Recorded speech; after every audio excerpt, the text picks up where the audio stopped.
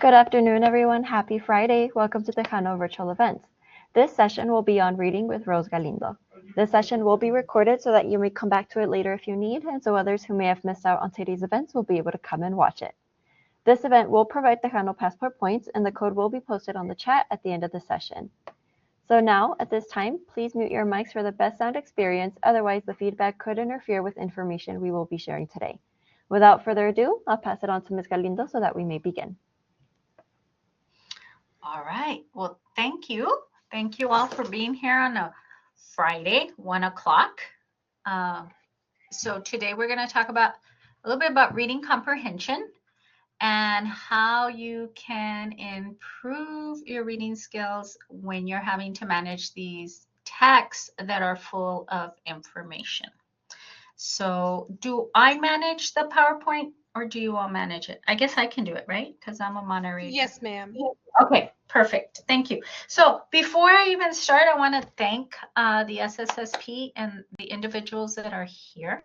So Ms. Gemma Salazar, Ms. Patricia. I do not know how to say your last name, Ms. Pat. Thank you for being here. And then we have Timothy. I don't know if I know you or not, but thank you for being here. And Ms. Della for being here. And Adrian, I want to thank you especially for being here today and participating in the workshop. Welcome. So what is this workshop going to talk about? What's going to be our focus? We're going to talk about what is reading. What does the brain need to do to read? So a little bit about the science of reading. The difference between print and screen reading, because that's something that's being studied a lot now that we are on our computers so much. Tips to help you begin to focus and check in on your comprehension. Discuss the importance of writing to learn, right? And remember, and how to take notes as you read. All right, so let's talk about what reading is, because just as a little bit of an aside, we have to understand that reading is not something that we do naturally. It's not something that our brain is designed to do, unlike language. So if we compare reading to language,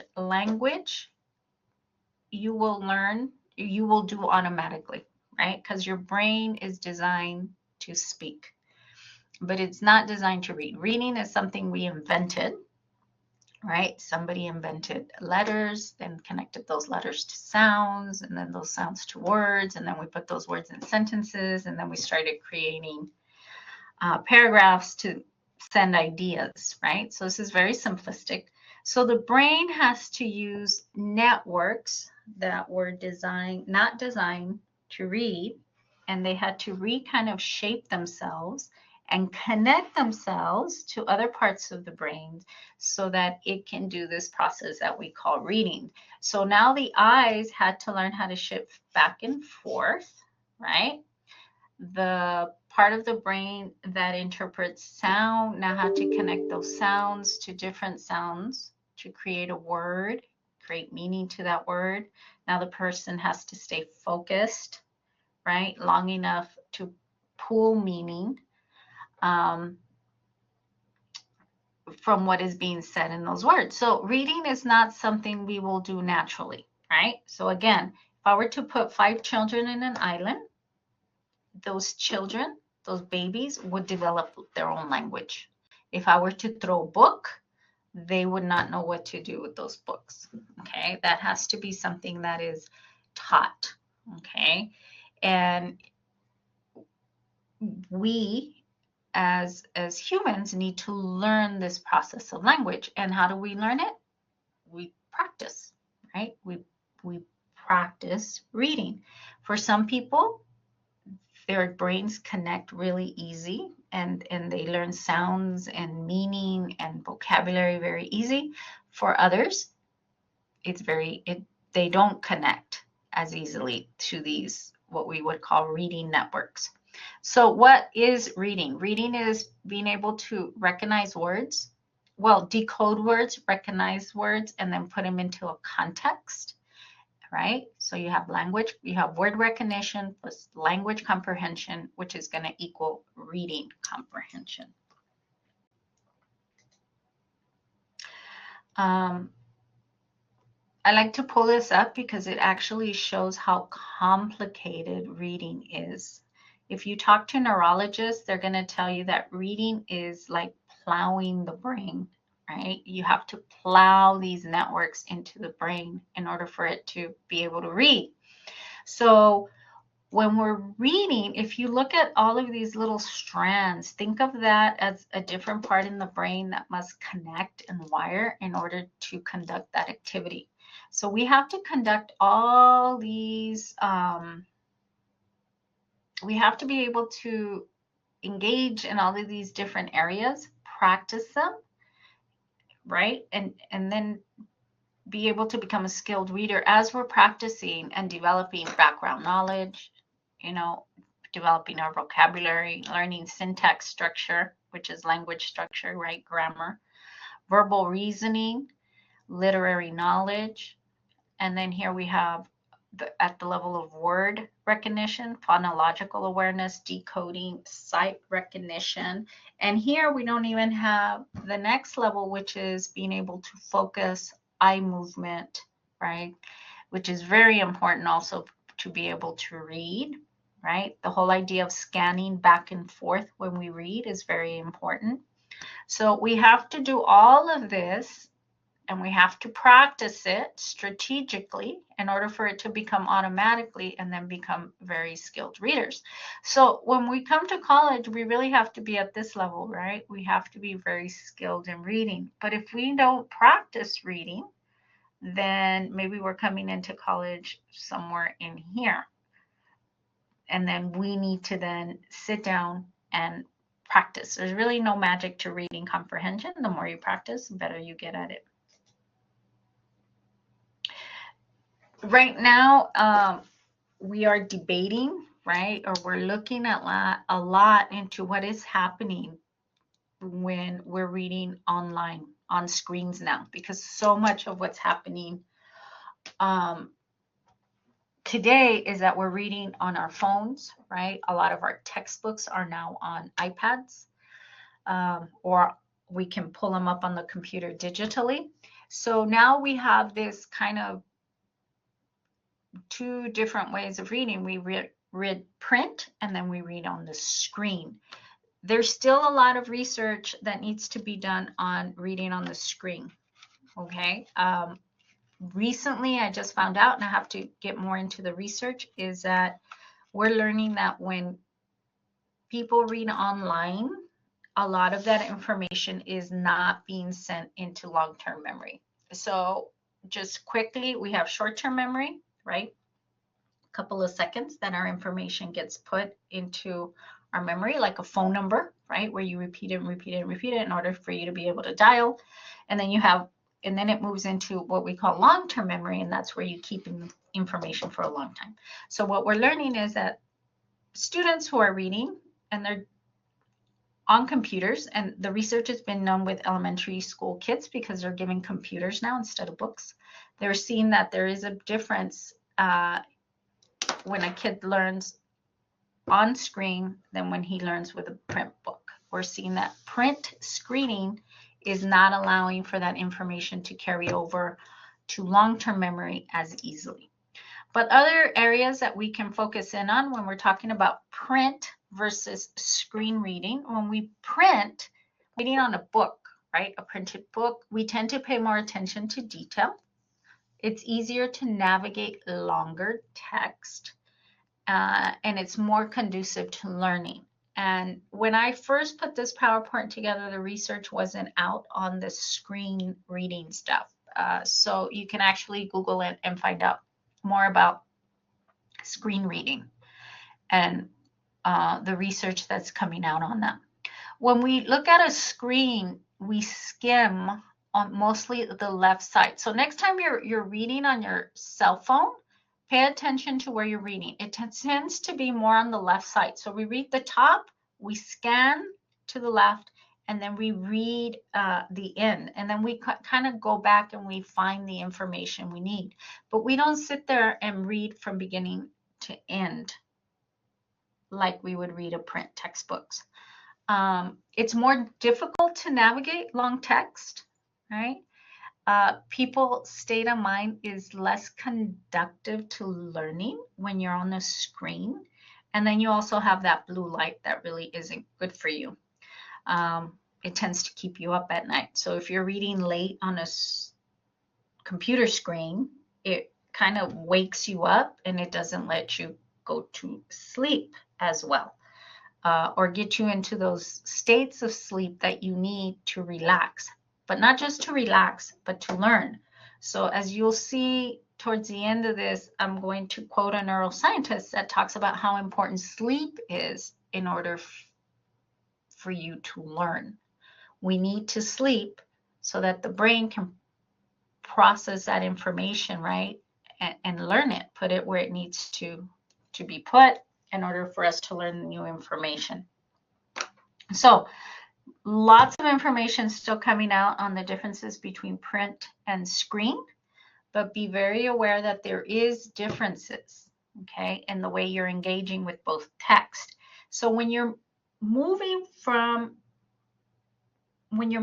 screen, or when you're reading on a screen, be aware of what you're reading. If you're just reading a newspaper article or a Facebook post, right, you're just going to be scanning. But if you're going to read on the screen your biology text, be very careful not to use the same techniques that you're using to read Facebook to read that biology text, because you tend to do that automatically and instinctively. You want to look at the text at the top, you're screening then you're looking from to the left of the screen and reading it down, and then you're reading the bottom of that biology text. You can't read a biology text the same way that you're reading a online news article. Okay, so you have to really tell yourself, okay, I'm reading a biology book, I'm doing it online, and I have to read from beginning to end. I have to look at detail. So you almost have to really shift and be aware of how you're reading on the screen, especially when you're reading your textbooks. Okay, so some general tips when you're reading to learn, okay? Your college textbooks have been designed and formatted to help you learn the material. And that's why they cost so much money. So if we're looking at especially science textbooks, right? We're looking at biology, anatomy, physiology, government, sociology, psychology textbooks, especially those freshman and sophomore level textbooks. They are designed and formatted to help you learn. So each chapter, right, is divided up into sections.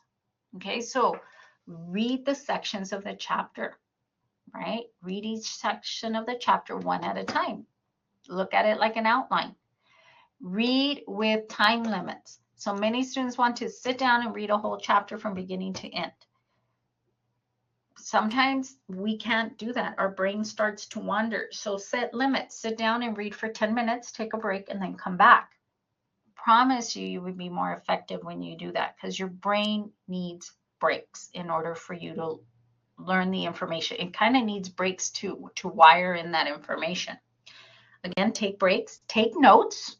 There's something about writing. And when I mean take notes, actual pen and pencil, and we'll look at why in a minute. Okay, review and recall, right, information frequently. So if you look at those freshman level textbooks, at the end of each section, they have questions. Read those questions and see if you can recall that information. We're learning now that when we learn, the brain has to kind of remember information to learn. So when you're reading and you stop and then you have one of those check-in questions. See if you can actually remember that information. In that process of trying to pull the information from memory is when you learn, okay? Is when we learn. So again, use those questions in those textbooks to help you review and recall information. Use textbook online resources to evaluate your understanding of the material. Again, retrieval of information is key to learning. Okay, so when we retrieve information, when we're going, hi, what was it? What was it? What was it? What was it? I can't remember. I can't remember. And then you go, oh, it was this. It's in that process that you learn. Or I can't remember. I can't remember. I can't remember. Let me check. And then you check and you go, oh, that's right. That's when you're learning.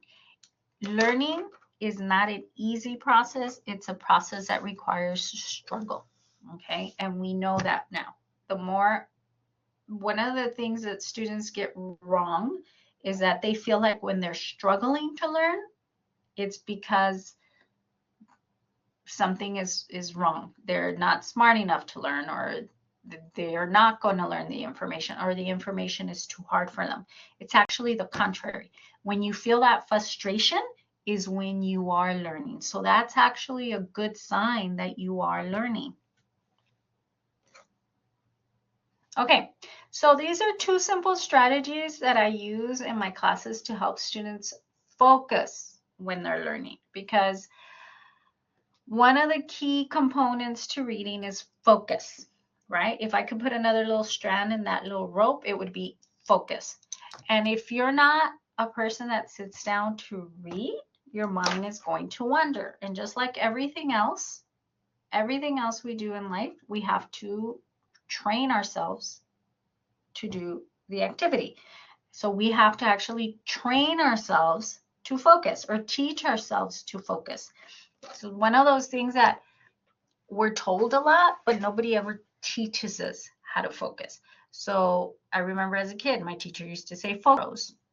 Okay, let me focus. But how do I focus? I don't know how to focus. So we have to actually learn how to focus. One simple technique is finding a dot on the wall and then focusing on that dot. Your goal would be to focus on that dot for a minute without your mind just wandering off. Sounds easy, but it can be really difficult. But if you're consistent, right, and train yourself to look at that dot and focus, before you know it, you will be focused for a minute without your mind wandering. That skill will then transfer into reading and allowing you to focus for longer periods of time. How can we stay focused as we read? So this is a technique I teach my students, and it's focusing on pronouns and punctuation. So pronouns, right, can be people, places, or things. Pronouns refer to nouns previously mentioned in the reading selection. So this is just a quick list of pronouns. The ones you really want to focus are probably these three right here. The subject, I, you, he, she, it, we, you, they. And then the object, right? Me, you, him, her, it, us, you, themselves. And here are the possessive. So this is a quick list of pronouns, and we're going to practice in just a minute. Okay, and then we have these demonstrative pronouns. This, these, that, and those. Okay, so these, I mean, in grammar, they're talking about distance, near, and far, singular and plural. But it's very important that every time you see a pronoun, they, that you're connecting that they to the information that was previously mentioned.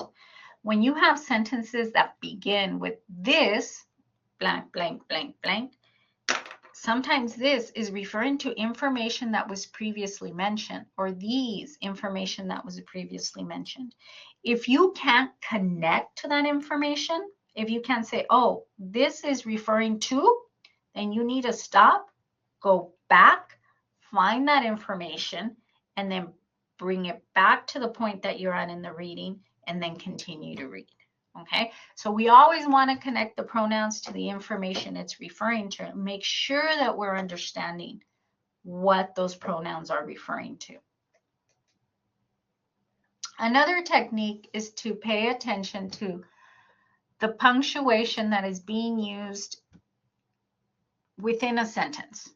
Okay, within that sentence. So we have that capital letter that starts that sentence, and we have that period that ends that sentence. What punctuation is being used between, right, those 2 points?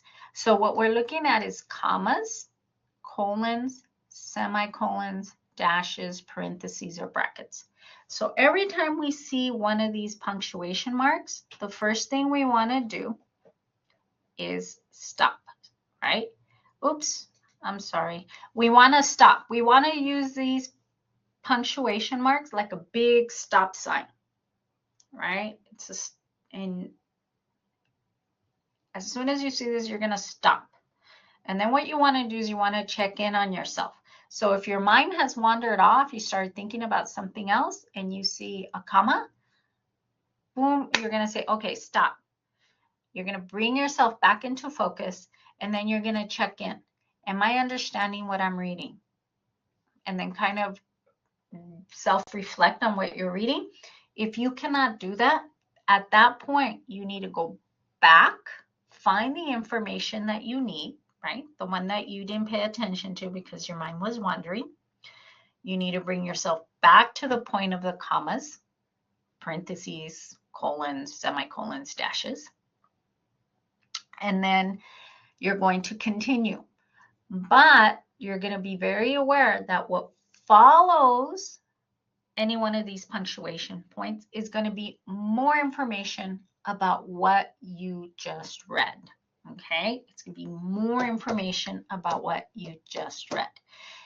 And we're not getting into the grammar of this, but that more information can be an explanation, an example, emphasis, definition, repetition of information, or just think of it as more information about what you just read.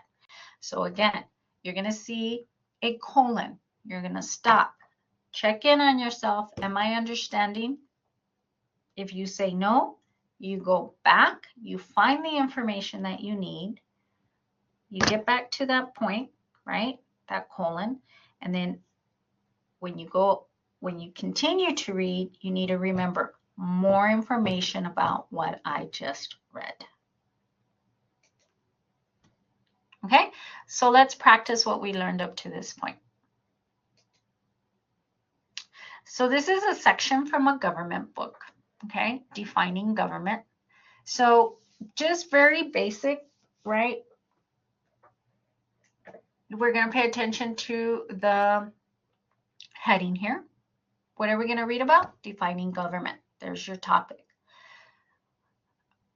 You have bolded words, so very important to pay attention to anything that's in bold because that is the jargon for that particular discipline, right? In this book, they're telling you in this book, these are the words, right, that we need to understand in order to understand government. So they put them in bold, all right?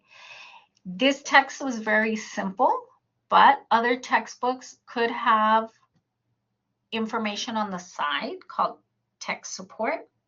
You want to pay attention to any photographs or images because those are selected very carefully to help you understand what's in the text, right? So you want to pay attention to all that information that that textbook author and publishing company put in each chapter to help you understand the information, okay?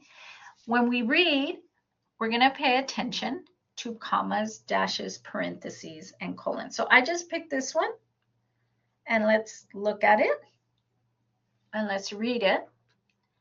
And how would we read this to help us comprehend, right, this chapter? So it says the term government describes, and I don't know if I can use a highlighter. Let me see here.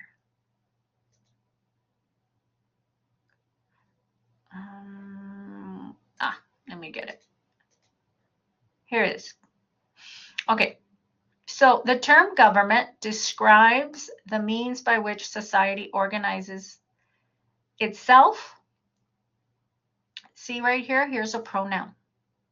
So reflecting back to society. And allocates authority in order to accomplish collective goals and provide benefits that the society as a whole needs. So here's your definition. So if it was me, circle government, underline the definition, and annotate on the top, definition. If you're using a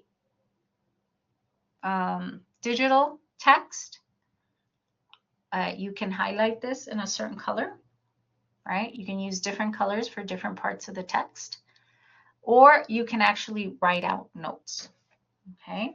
If you notice, it has 3 different components. So you would pay attention to these connecting words by which society organizes itself. 1, allocates authority in order to accomplish collective goals. 2, and provide benefits that society as a whole needs. 3. So that definition of government has 3 major components, okay?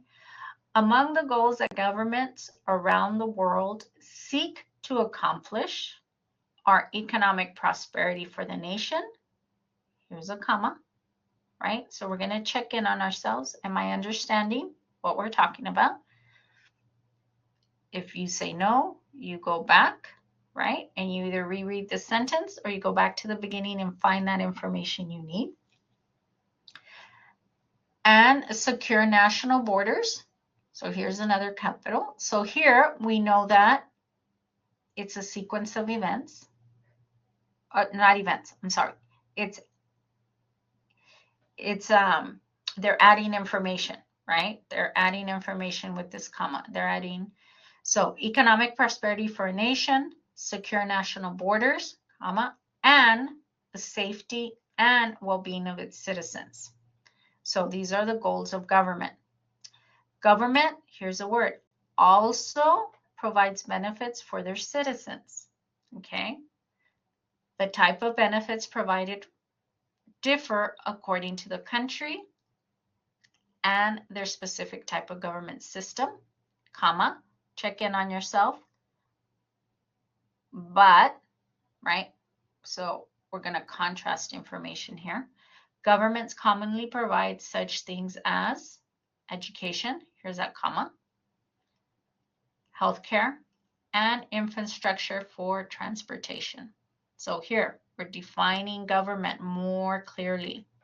The term politics, right, refers to the process of gaining and exercising control within a government for the purpose of setting and achieving particular goals. Again, a series, they're going to put a series here, comma, especially those related to the division of sources within a nation.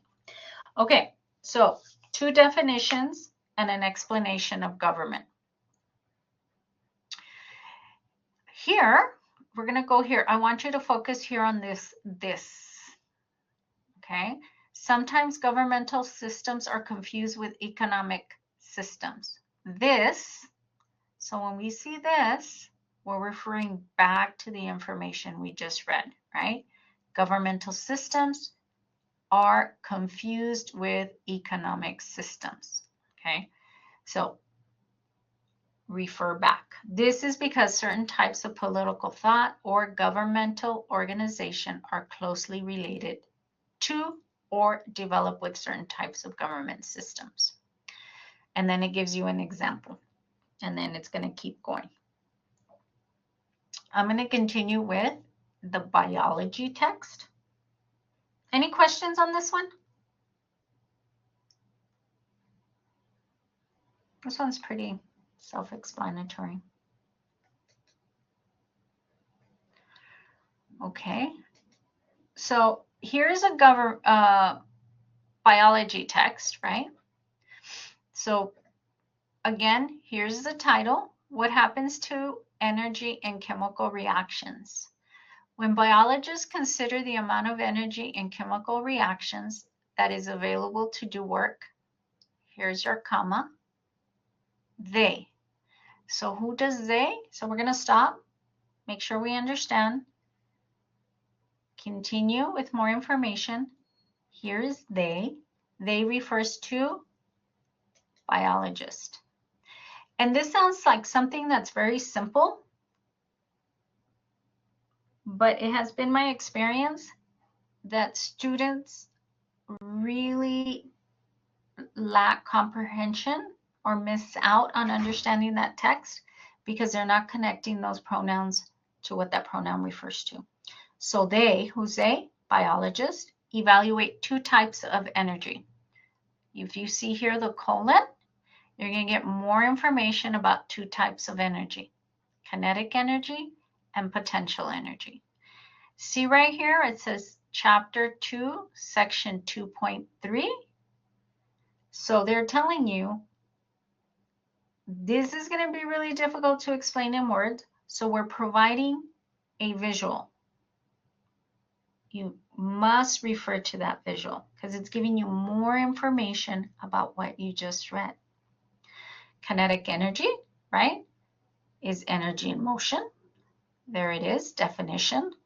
All moving objects have kinetic energy. So there we go. Sound, thermal energy, there's your commas. You start checking in. Electricity and electromagnetic radiation. Here it is. Electromagnetic radiation, more information in this parentheses. What does that mean? Light are other forms of kinetic energy. Okay. Potential energy, their definition is, there's your bold, energy that's stored in a position or configuration, right? Different forms of potential energy include gravitational, there's your comma, electrical or chemical gradients, as well as energy and chemical bonds. Okay. The existence of two types of energy. So if you notice here, you have your dashes. You're going to check in on yourself. Am I understanding? Dash. More information about what you just read, right? Two types of energy, kinetic and potential. Does not mean that energy is locked into either type. So pronouns and punctuation, very, very important. To punctuation, stop, check in on yourself. Am I understanding? Continue, more information about what you just read. Pronouns, we always want to connect them to what they're referring to, okay? Like here, right here. I don't know what that says. Okay. Taking notes as you read.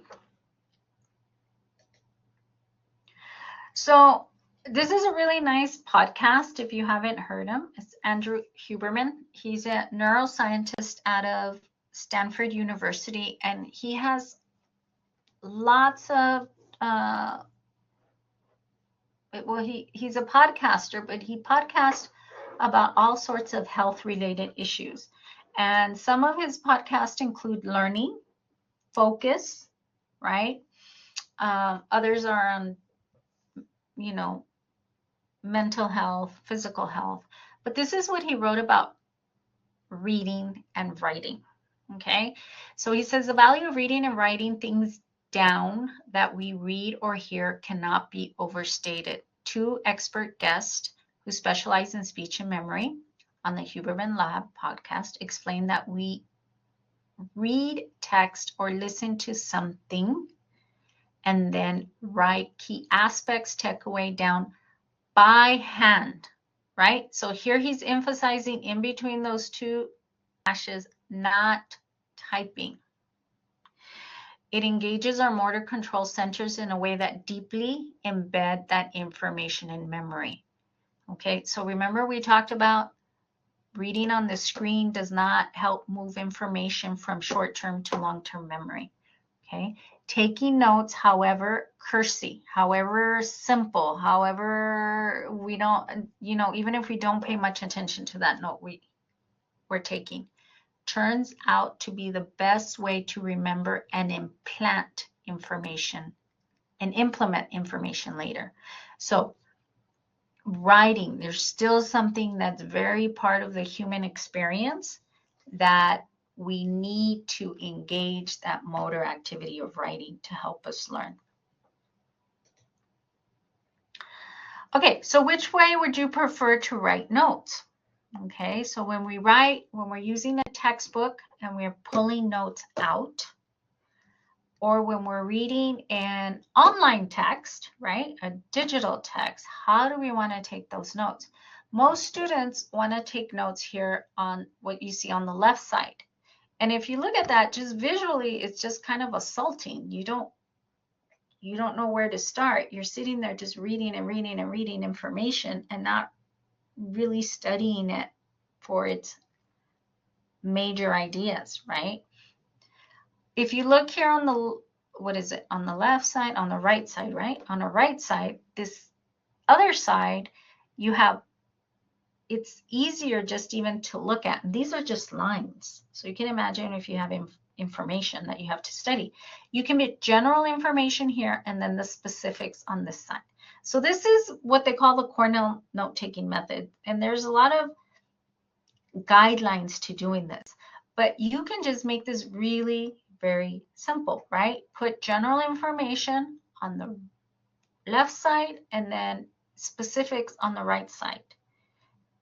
And it makes it easier, number one, to find information, to study information, to transfer this information onto note cards, to quickly find information. Here, it's all like, it's all together and jumbled up and harder to pull out. Here, it's easier to find, kind of easier on the nervous system, right, to look at. It doesn't feel as overwhelming, right? So when you take notes, think about using something where you have general information and then specific information on the other side, or a way to do this. So this is how in my biology class, right, we took notes. I was teaching I was working with a biology instructor and with students and helping them study. So if you remember from this side, right, here on the left, that's what this would look like, right? So if we take this same information and you see it here on the right, you can tell the difference, okay? This has color. The student used, she liked to draw, so she drew, right? Much easier to find the information, right? Nicely organized, okay? Here you would read and reread, it's harder to find. So find a way to where the information can easily be accessed, learned. Here it is closer, right? Where the student was just pulling the information. This is the actual textbook, introduction to the chapter. There's the chapter on top, introduction. Put general ideas over here and the specifics on this side. This is the first section, 1.1. And this is what the general information of that section was, and then specifics on that right side. Okay, so I'm gonna end with Dr. Huberman. This is actually a more recent Facebook post that he did recently talking about learning, because we're learning a lot at this point. There's been a lot of research on how the brain learns. So these are 3 known but important aspects of learning and neuroplasticity in the brain. So agitation, which here means difficulty, right? When we're stressing our brain to learn, is the gate, not the barrier. So this is really, really, really, really, really key. And this is something as students we want to really understand, that when we are frustrated in the learning process, it is not a barrier. It is not something that should discourage you, but something that should encourage you, because what that's telling you is that the brain is learning. It's learning that information. It's new. So it's struggling to kind of wire in this new information. So, right? So I'm going to change agitation to frustration, because I think that's what students tend to feel when they're learning and they're having a difficult time understanding concepts. So frustration is the gate, or is the opportunity, not the barrier, right? Through which much learning based neuroplasticity occurs. So neuroplasticity is when you're learning, right? When your brain is learning that information, connecting that new information. It reflects the action of neuromodulators involved in attention and focus, right? And that set in motion the necessary neural rewiring to occur. So frustration is a good thing.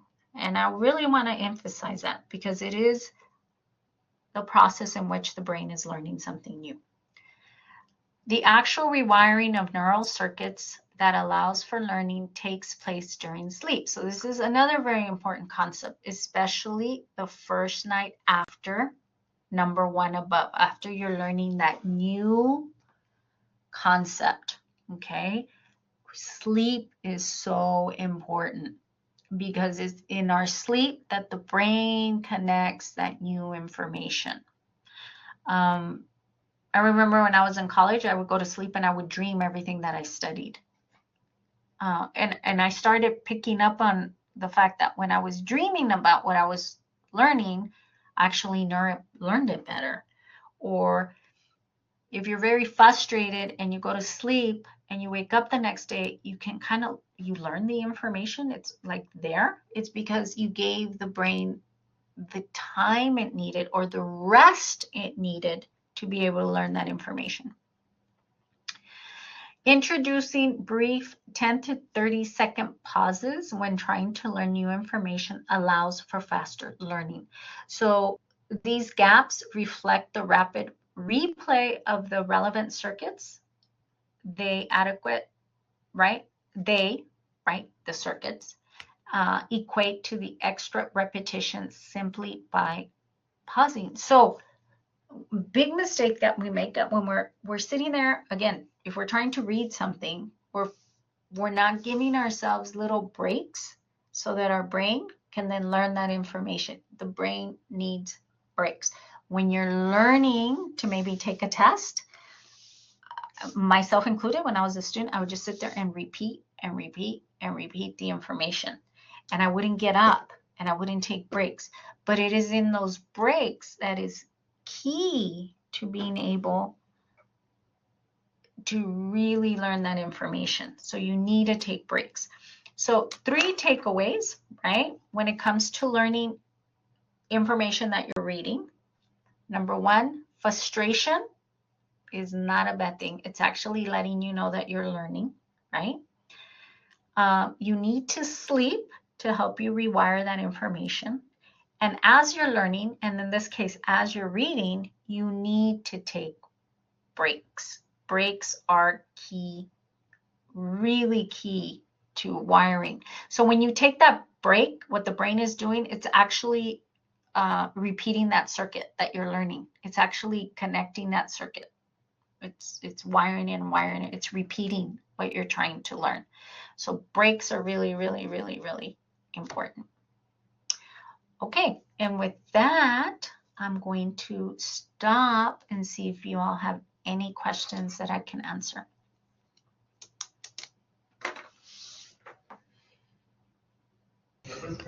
At this time, does anyone have any questions for Ms. Galindo?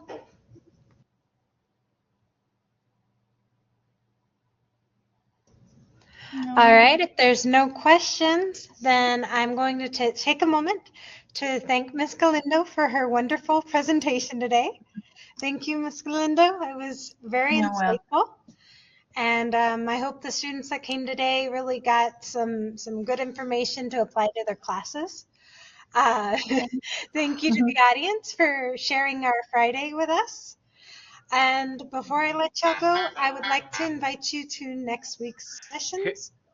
So Hello. next week we will only have Happy Math Hour at 1 o'clock.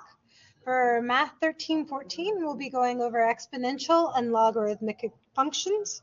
For Math 1324, we'll be going over the Exam 1 review. Like I said, once again, we won't have a student success topic for the 12th, but we will the following week. Thank you all for coming today, and we hope you Hello. have a Hello. wonderful weekend. And Adrian, do you have any questions? Yes. Sorry, it's Yeah. because I didn't had a chance to ask before because I was having Yes. question What's is your you question? mentioned before that excuse me? Yeah, go ahead. I'm listening. I'm sorry. Okay. You mentioned before that it is better to read or the captation of the brain is better if you read it in printed form instead of in electronic devices, right? Yes, that's what we're Do, learning. That's what we're do learning. Everything is changing right now, but yes. any variances within the age or the regular um like how people used to read because for example in the workforce once we are in the workforce sometimes the most of the reading that we do uh, comes out from a electronic device so I Yeah. think that we get used to force ourselves to understand what we are reading. If not, we are not being efficient in our work, um, and even it causes or ourselves more problems to read in a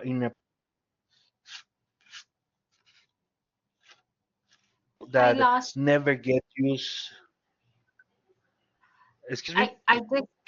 You disconnected and I didn't hear that last part. So you're mentioning Oh that in the workforce area, you have to read online.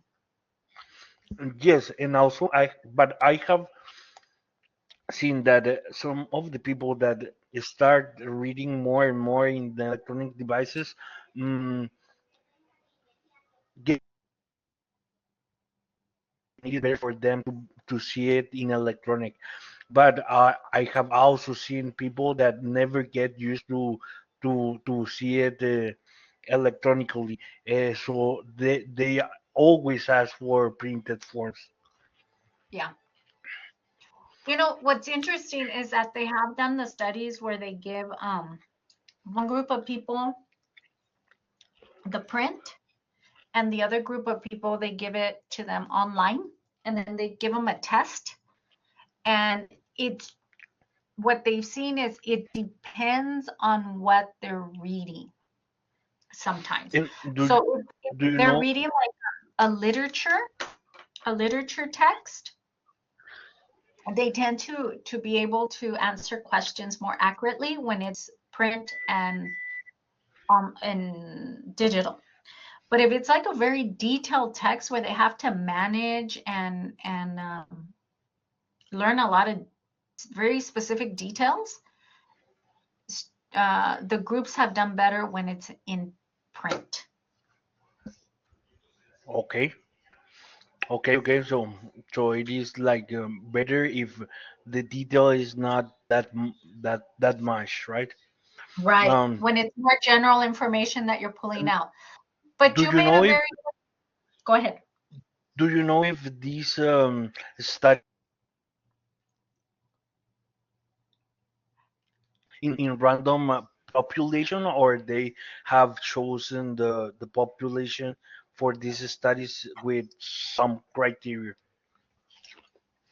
They were done on students, college students, the studies that I read. Yes, that's what I'm trying to point out that on college when well I remember when I was in college by the first time it was a lot better to read it in book because I was used to it since I used books for high school and middle school.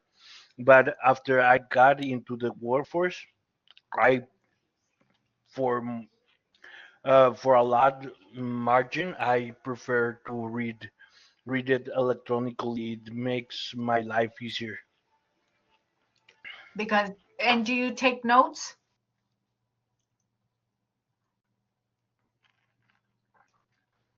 You get cut.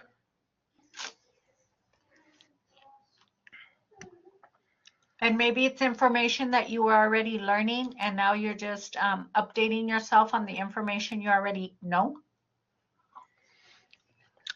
which I would work be, as I work as an auditor, so sometimes there are some radiology reports. mm-hmm, mm-hmm.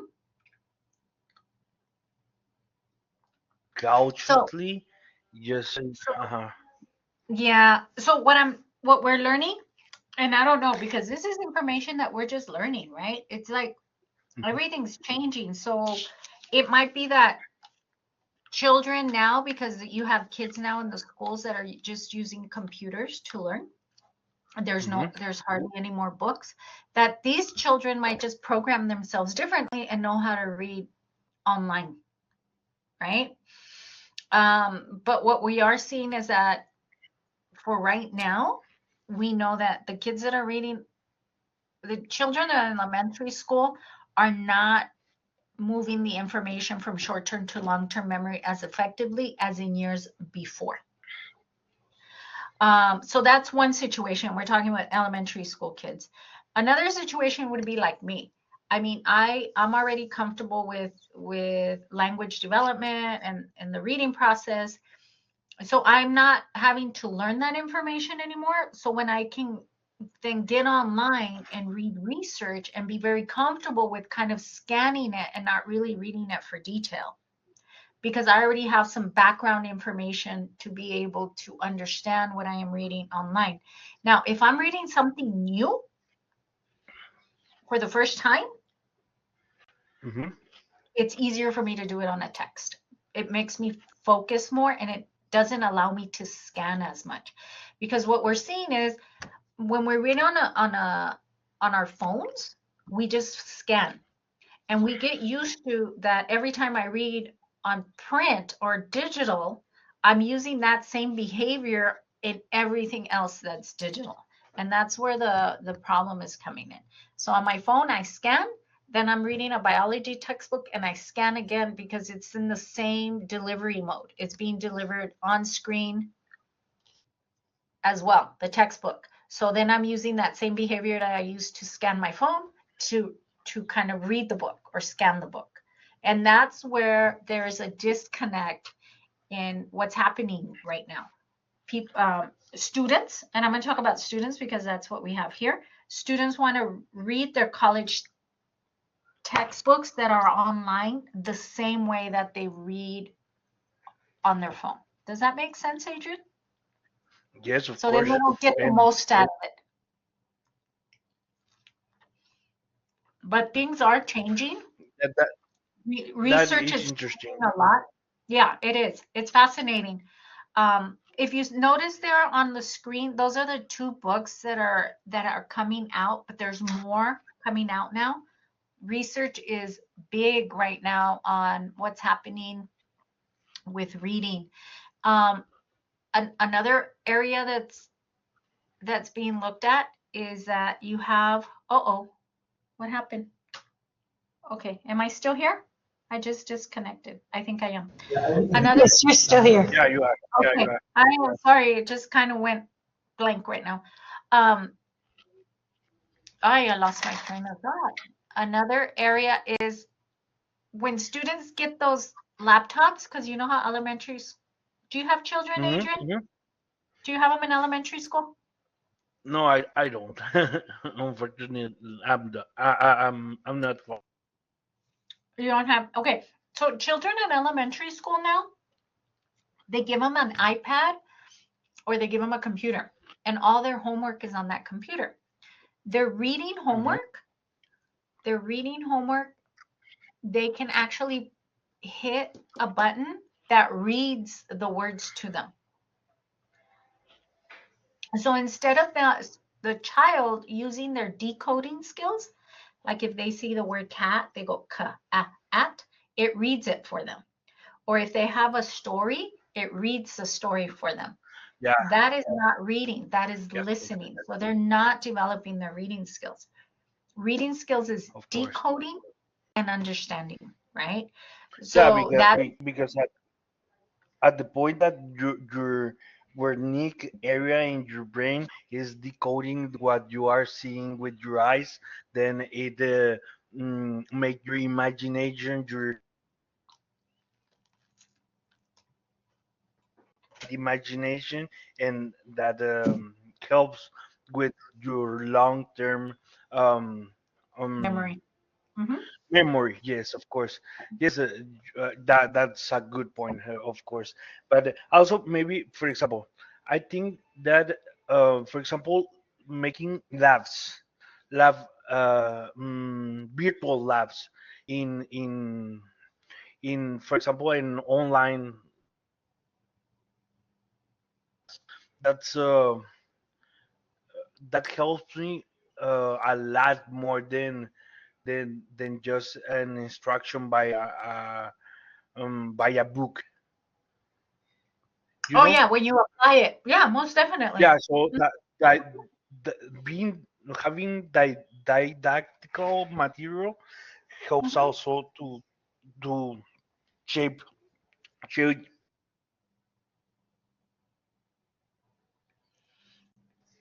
Yeah, but Yeah, that's a very interesting topic. yeah, But it is. I think we are Unfortunate. extending to. Yeah, we're changing. Unfortunately, I know, like if you're in biology, to understand biology even more profoundly, that lab is essential and it helps tremendously. But when we're talking about just basic reading comprehension, Okay. to Uh huh. make it more stimulating, right, with the different senses, it makes it a little bit harder. Um, and for some kids, you can do Yeah, that. of It course. helps For them a example, lot. for example, if you are reading a novel, let's say Frankenstein. If Hmm. they are reading Frankenstein, of course they are gonna use more their imagination if they are reading by themselves than if they one other voice, electronic Yes, voice. yes, yes. Okay. So it's reading is fascinating, and the way we learn language is fascinating. It's complex. Um, it's genetic. I mean, you can go down to the genetics. You're a doctor, so you would know, right? Some people get genetics where they wire faster than others in certain areas. So some kids learn how to read with very little instruction, and other kids need much more instruction. And it has nothing to do, sometimes it has nothing to do with the environment, because they probably like two brothers that are getting the exact same instruction with reading. One picks it up really easy and the other one doesn't. It has to do with genetics. Some kids will write, like again, will wire really easy and others won't.